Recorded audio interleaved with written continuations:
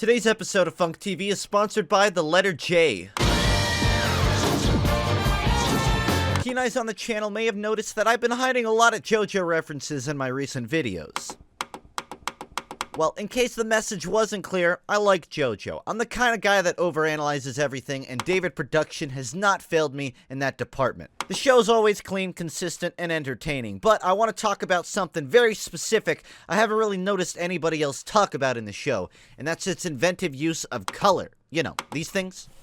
Hey, wait. Okay, I know color sounds kind of boring, but trust me, this is gonna blow your mind. So just please bear with me. You've been waiting a long time for a funk video, okay?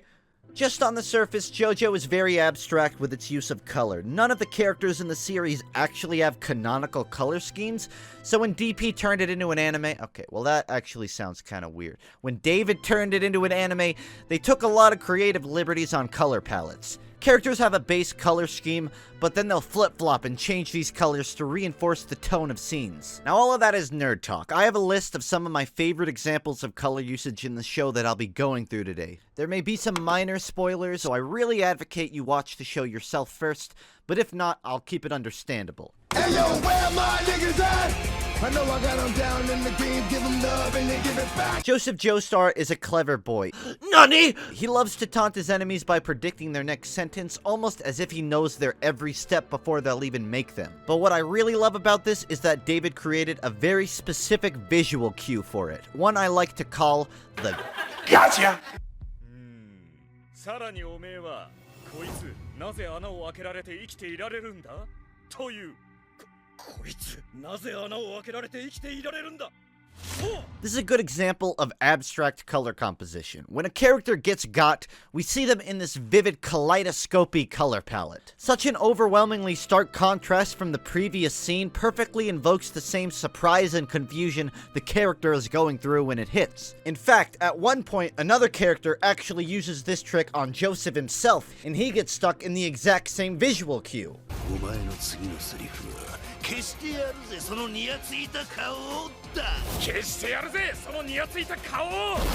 It sounds so stupid and weird on paper, and that just perfectly reflects Joseph, because he's a fucking stupid and weird character, and I love it.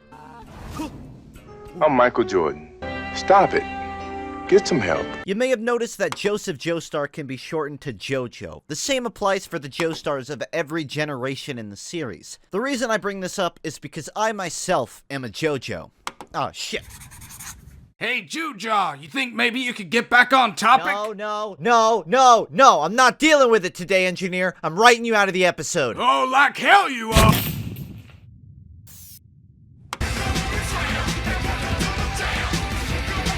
So these buff dudes are brawling it out in a nurse's office, and to extremely simplify things, Jotaro is the good guy, and Kakyoin is the bad guy. We see Kakyoin in his vivid green color scheme and Jotaro in a deep purple, but then the colors flip-flop, and Kakyoin interjects that morality is decided by the victor. With this, we get to see a purple Kakyoin and a green Jotaro. By presenting these characters with swapped color schemes, it reinforces this idea that morality is based on perspective. I looked everywhere and I can't find anybody talking about this, but it's such a fucking brilliant design choice. They could have easily left them with their normal color palettes and called it a day, but they used color composition to its full potential.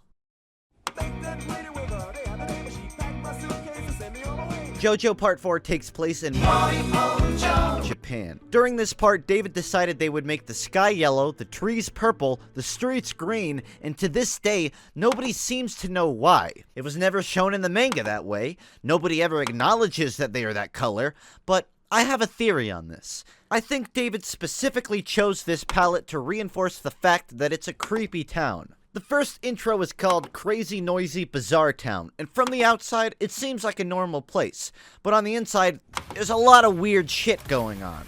This also circles back to how JoJo has no canonical color schemes, which means going off course like this does not devalue anything. I legitimately never even noticed the trees and the streets were weird colors until I watched it again. I noticed the piss-colored sky because that one's obvious, but it never bothered me. It just gave me this eerie vibe that the town was not what it seemed to be. Have a look at this nice shot of the town's outskirts. Now, let's look at it with a contemporary color scheme. You'll notice that it looks really boring. Why would you even make your anime look this realistic? It's anime! I watch it to avoid real life! It's difficult to fully convey my point using only direct examples, so to help drive it home, I'll highlight the importance of color using another one of my favorite anime examples, Death Note. Ah, shit, not that one. In Death Note, color is used to invoke psychological response. When Light Yagami monologues to himself, he gains this ominous red tint to his person. When L interacts with him, he gains a more tranquil blue. We also see this from the inquisitive and hopeful Matsuda, who turns yellow while working on the task force. Same with other more scattered examples throughout the series. The importance of this is that it aligns with the philosophy of colors, and really provides a textbook example of how visual design can be used to reinforce story points. JoJo follows similar design philosophies, albeit in much more subtle and sparse ways, and both shows do a fine job at that. And honestly, man, any chance I get to rain praise on Death Note is a chance I'm gonna take. Even the second opening is absolutely filled with evocative color use.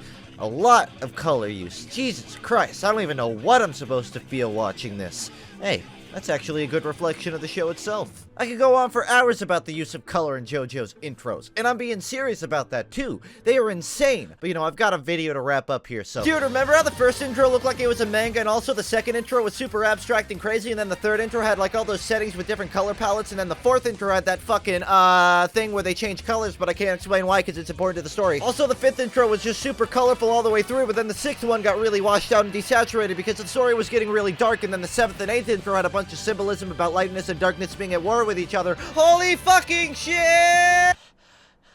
What else is there to say?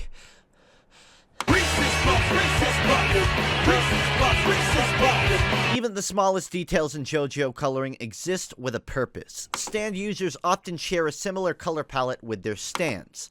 Oh yeah, if you don't know what a stand is, it's just like your own personal punching ghost. I have one myself. It's called Sandwiches Time. The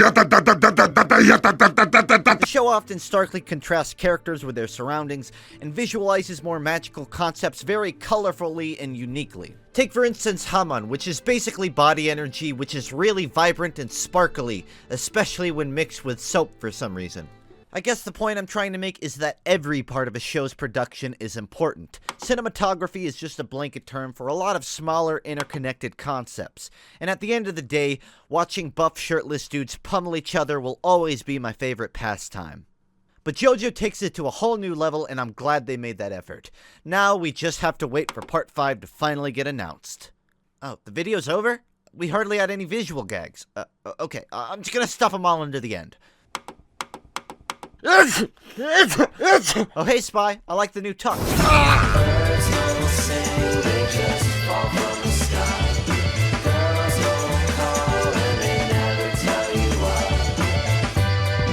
That's just